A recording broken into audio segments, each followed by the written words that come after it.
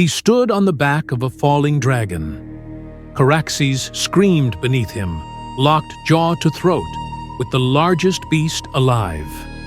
Wind tore at his silver hair. The god's eye stretched below like a black mirror. Daemon Targaryen unbuckled his chains. He rose to his feet on the saddle of a plunging, thrashing, dying dragon. He looked across the gap at Aemond One-Eye, chained to Vhagar, and he smiled. And then he leapt. Dark Sister went through the sapphire, through the socket, through the skull. The sword that had served Targaryen kings for 3 centuries found its final sheath in a kinslayer's brain. Both dragons hit the water.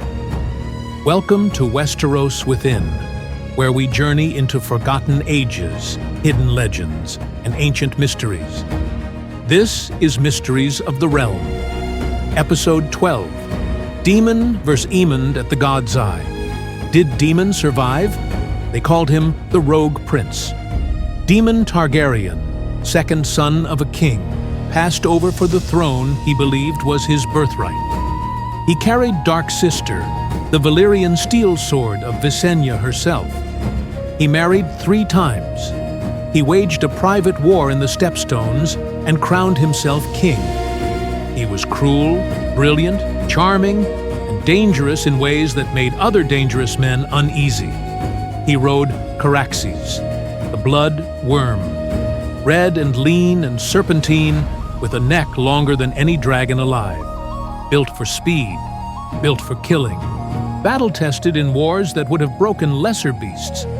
And then there was Aemond, 20 years old.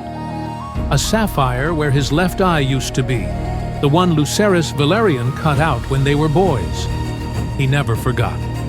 And when the Dance of the Dragons tore the Targaryen dynasty apart, Aemond killed Lucerys above Shipbreaker Bay, a nephew for an eye, a kinslayer before his name had barely been sung. He rode Vhagar, the last of the 3 conquest dragons, 181 years old, the largest living creature in the known world, slow, ancient, terrible beyond reckoning. Vhagar had burned cities when Daemon's grandfather was a child. Caraxes against Vhagar, speed against size, a rogue against a kinslayer, an aging prince against a young man with nothing left to prove. This was the fight the war had been building toward. Daemon flew to Harrenhal and waited, not for a day, not for a week, for 14 days. He sat in the ruins of the greatest castle ever built, a monument to dragonfire, melted stone still sagging where Balerion's flames had touched it a century before. He walked the battlements at night. He may have spoken with Alice Rivers, a woman with visions and secrets of her own. And he sent word, or perhaps simply made his presence known, that he was there, and he was not leaving. Aemond came. They met above the God's Eye, the largest lake in Westeros. Below them, barely visible through the haze, the Isle of Faces, a small island covered entirely in weirwood trees, every trunk carved with a watching face. The most magical place in southern Westeros, the place where the pact between the first men and the children of the forest had been sealed thousands of years before any Targaryen set foot on this continent. Daemon chose the sky. He took Caraxes higher, above Vhagar, and then Dove.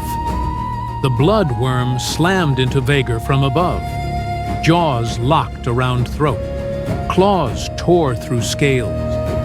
Vhagar ripped Caraxes open from belly to tail, and then they were locked together, falling, 2 dragons tangled in each other's death, spinning toward the black water below. That is when Daemon stood up. He unstrapped from his saddle. He rose on the back of a plummeting dragon. He looked at Aemond, chained to Vhagar, unable to move, unable to flee, and he jumped. Dark Sister went through the sapphire eye, through bone, through brain. The sword stayed. Daemon let go. Both dragons hit the god's eye. Caraxes, the bloodworm, torn open, entrails dragging behind him, somehow crawled out of the water and onto the lakeshore. He died there, on the mud, 10 yards from the lake. Even dying, he refused to stay in the deep. Vhagar sank. They found her later, at the bottom. Aemond was still chained to her saddle. Dark Sister was still buried in his skull. But Daemon? They found his dragon. They found his enemy. They found his sword. They searched the lake. They searched the shore. His body was never recovered. Not from the water. Not from the isle. Not from anywhere. His body was never found. Did Daemon Targaryen die above the god's eye? Or did something else happen? That is what we are here to investigate. The simplest answer is usually the right one. A man leapt from a falling dragon, drove a sword through his nephew's skull, and fell hundreds of feet into a lake while wearing armor. He died. His body sank. The god's eye is large and deep, and medieval search parties had no way to comb its bottom. The armor dragged him down. The silt buried him. He is at the bottom of that lake, and he has been there for nearly 200 years. Every in-universe chronicler records it as death. Grand Maester Munchen treats it as fact. Septon Eustace agrees. Even Mushroom, who disagreed with those two about almost everything, does not question that Daemon fell. But there is a problem with the simple answer, and the problem is forensic. They found everything except him. Vhagar, an enormous dragon, larger than a warship, was found at the bottom of the god's eye. Aemond's skeleton was found chained to her saddle. Dark Sister was found in his skull. Caraxes was found on the shore. The searchers were thorough enough to locate a dragon skeleton at the bottom of a lake. They found armor. They found bones. They found a Valyrian steel sword still embedded in a dead man's eye. They did not find Daemon. A body in plate armor does not vanish. Metal does not decompose. Bones last for centuries. If Daemon died in that lake in full armor, his remains should have been found near Vhagar, or on the lakebed near the crash site. The god's eye is a lake, not an ocean. There are no tides to carry remains away. There are no deep-sea trenches to swallow them. And yet, nothing. In any investigation, when every piece of evidence is accounted for except the body, the question is not whether the person died. The question is whether the person was there when the dying happened. So let us ask the harder question. Could Daemon Targaryen have physically survived that fall? Consider the physics. Two dragons locked together do not fall at terminal velocity. They are tumbling, clawing, acting as a chaotic break against each other. The fall likely lasted 10, 15, perhaps 20 seconds. Daemon leapt from Caraxes to Vhagar during that descent, a lateral jump, not a long drop between separated beasts. The critical question is when. If Daemon drove Dark Sister home and pushed away from Vhagar early in the fall, 1,000 feet above the water, his odds approach 0. At that speed, hitting water is no different from hitting stone. But if the kill happened in the final moments of the descent, if Daemon stabbed Aemond and separated from Vhagar with only 100 or 200 feet of air between him and the surface, the impact speed drops to something a human body can endure. Painful, injurious, but not necessarily lethal. And there is a detail that most people overlook. Caraxes survived the crash. The bloodworm hit that lake with his belly ripped open, his entrails streaming behind him, and he lived long enough to drag himself out of the water and onto the shore.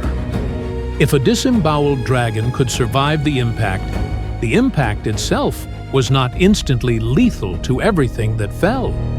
But even if Daemon survived hitting the water, there is the matter of armor. A man in plate who enters deep water sinks. The armor fills. The weight is absolute. You cannot swim in metal.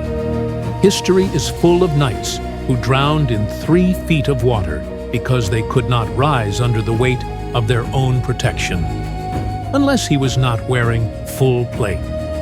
Daemon was a dragon rider, not a jousting knight.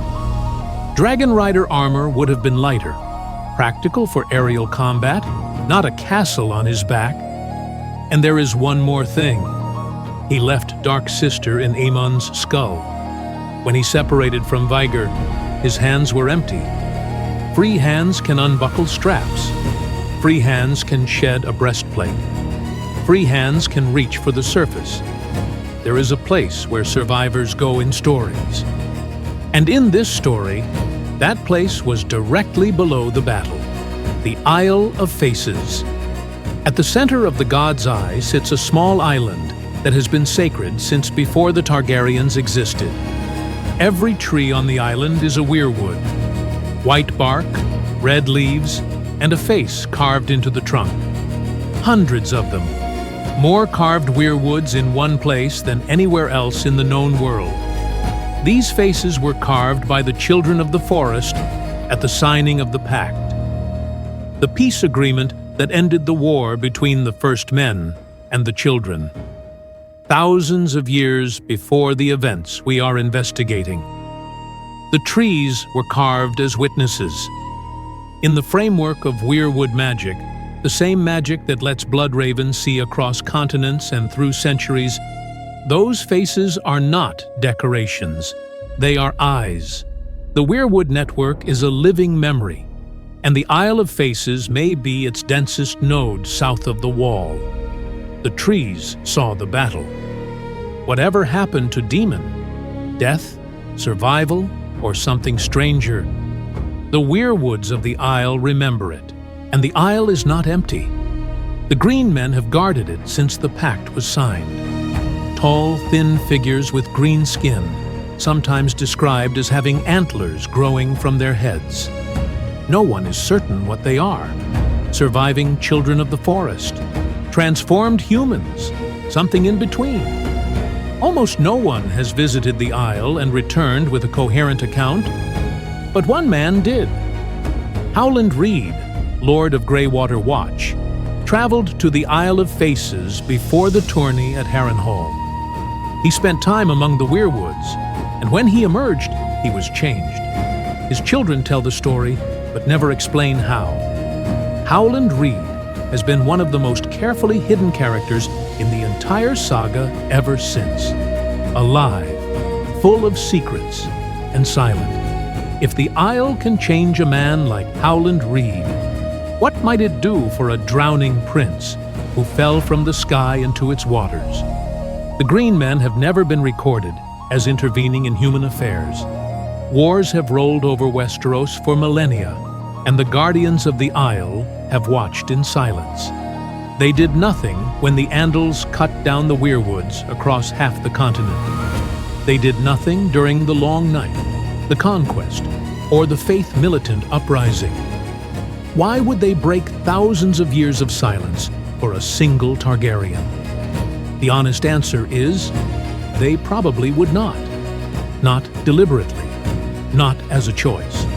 But there is another possibility. The Isle radiates something. The weirwoods are not passive trees. They are part of a network that has its own logic, its own purposes. Perhaps the Isle did not choose to save Daemon. Perhaps the weirwoods reacted the way amber reacts to an insect. Not with intent, but with proximity. A man fell into the waters of the most magically saturated place in southern Westeros. Perhaps the waters did what the waters do. This is speculation. But it is the kind of speculation that George R.R. Martin invites.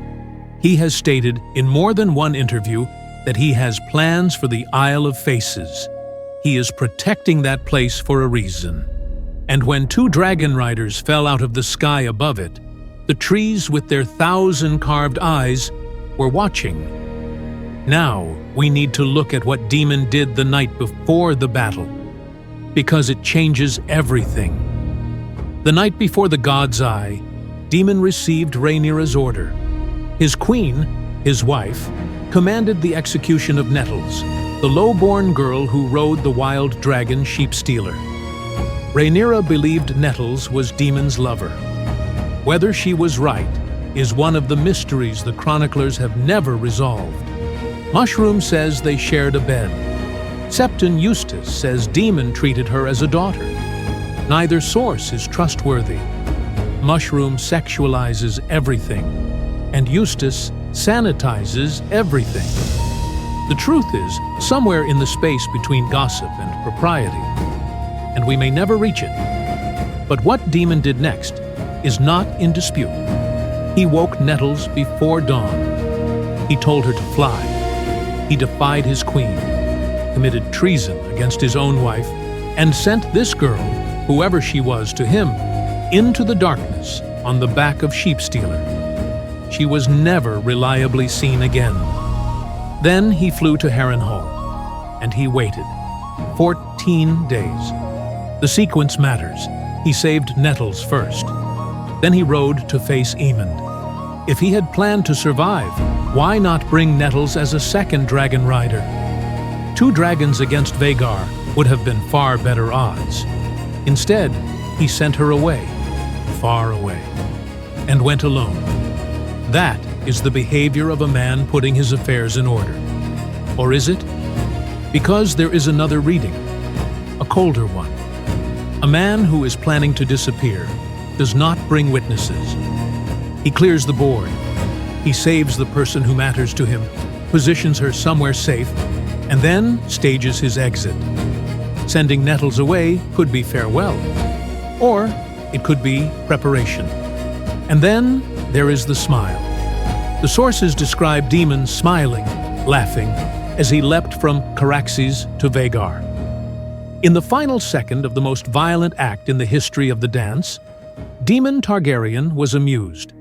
What does a man laugh at in the moment before probable death? One reading, Battle Joy, the ancient, primal, amoral ecstasy of combat.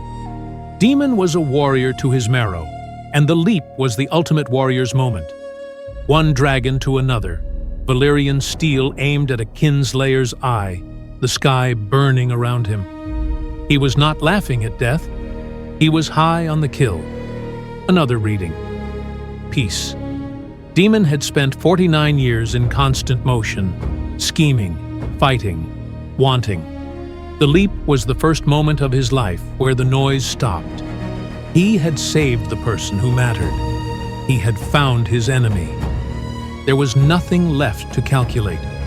For the first time in his chaotic, restless life, Daemon Targaryen was at rest, and it made him smile. But there is a third reading, the most unsettling one. Daemon spent 14 days at Harrenhal.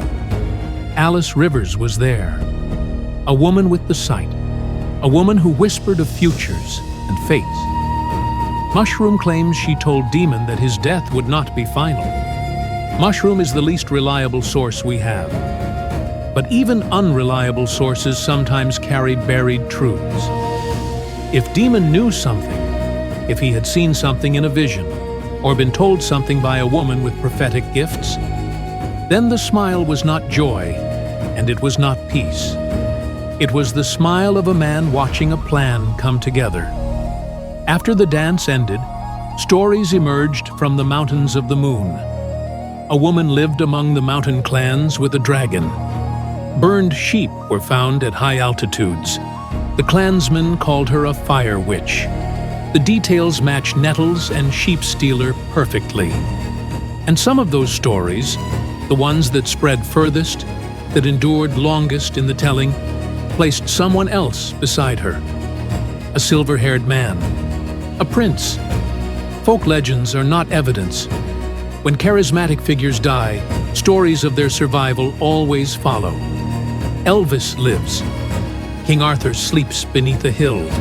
The rogue prince walks the mountains of the moon. These tales are grief wearing the mask of hope. But George R.R. Martin does not waste legends. In his world, Old Nan's fairy tales about the others turned out to be real. The songs about Azor Ahai contained literal truth. When Martin places a folk legend in a story, he is not filling space. He is laying a breadcrumb. The question is whether you follow it. And then there is the pattern. Martin has done this before. Sandor Clegane was left for dead. And a large, limping gravedigger appeared on the quiet isle, digging graves in silence. Martin has never confirmed the connection. He does not need to. The absence of the body is the story. Mance Rayder was burned alive at the wall, except it was not him.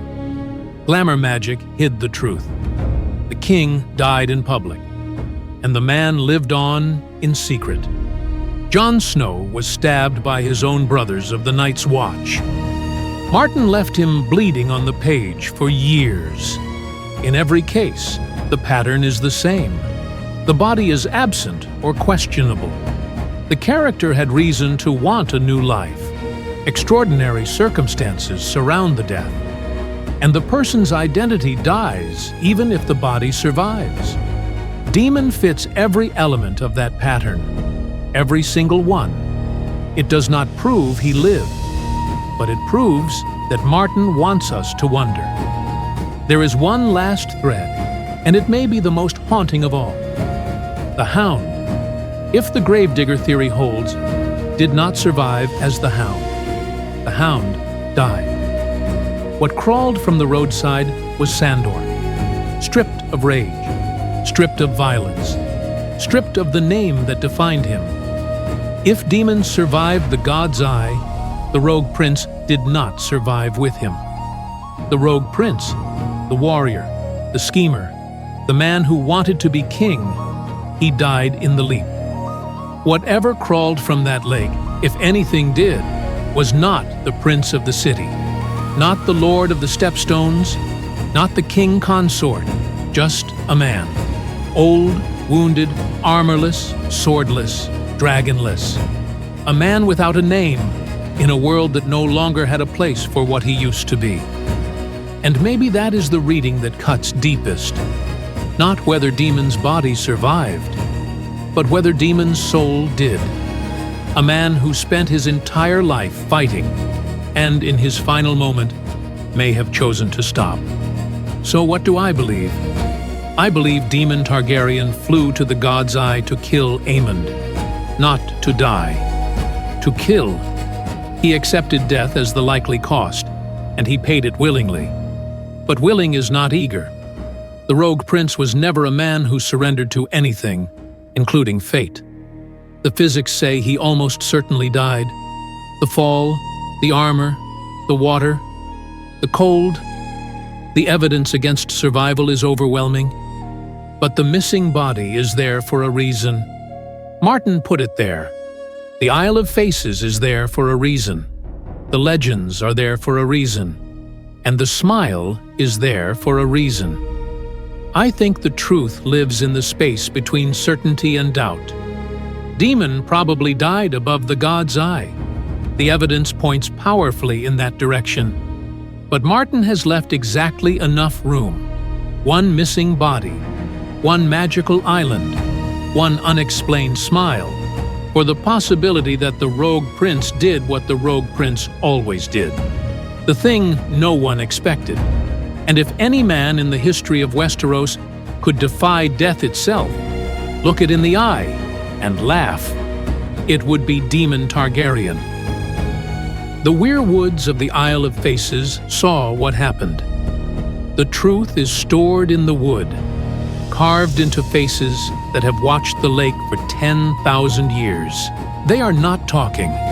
So tell me this, did Daemon Targaryen die above the God's Eye?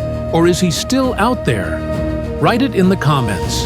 I read every theory. And if you want to be here when we unravel the next mystery, subscribe to Westeros Within and join me